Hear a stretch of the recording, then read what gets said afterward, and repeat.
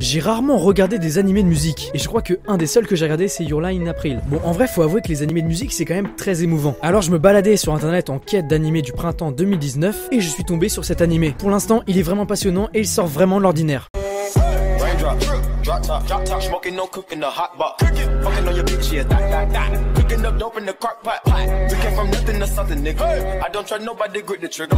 Call up the gang and they come and get gang. Call me a river, give you a tissue. Bad and bullshit, bad. Cooking up dope with a Uzi.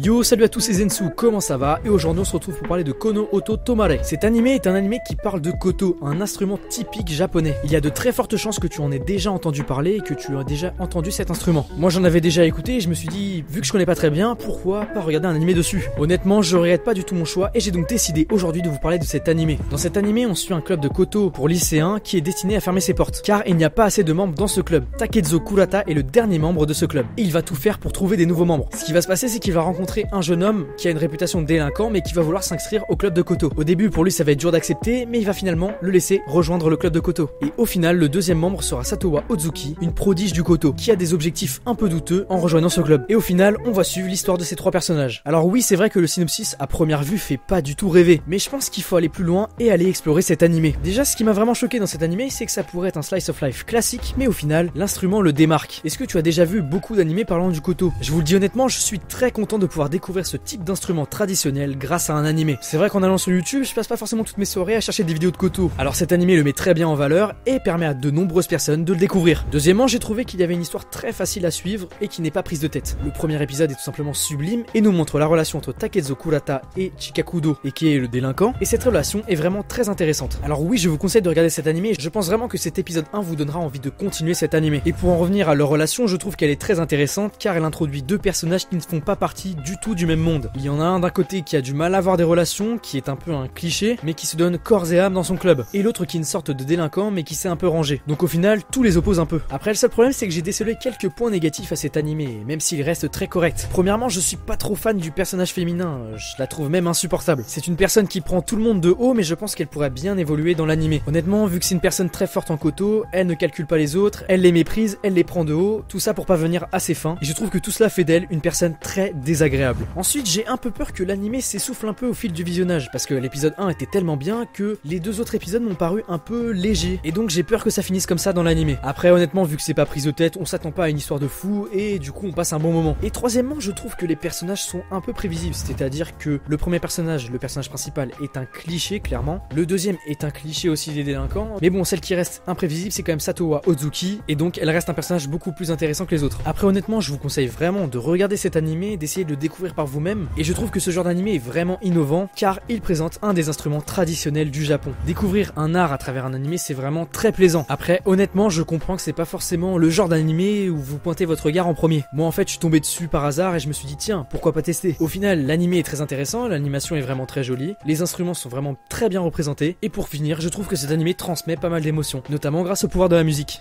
Et ouais, c'est plus le pouvoir de l'amitié, ça a changé les animés. Kono Oto Tomare est un animé du genre drame, romance, school life, shonen, slice of life, et des thèmes amitié, club, musique, quotidien et tradition. Il compte actuellement 12 épisodes de 23 minutes, il est sorti au printemps 2019 et il est disponible sur ADN. Et voilà, c'est la fin de cette vidéo, n'hésite pas à me dire ce que t'en as pensé dans les commentaires, à me dire si tu veux regarder Kono Oto Tomare ou bien à me parler d'animé du printemps 2019, je pense que je vais faire une vidéo dessus, ça pourrait être vraiment très sympa. N'hésite pas à partager la vidéo si ça t'a plu, à t'abonner à la chaîne et à lâcher un pouce bleu. En tout cas, on se dit à la prochaine, c'était Zensu, salut.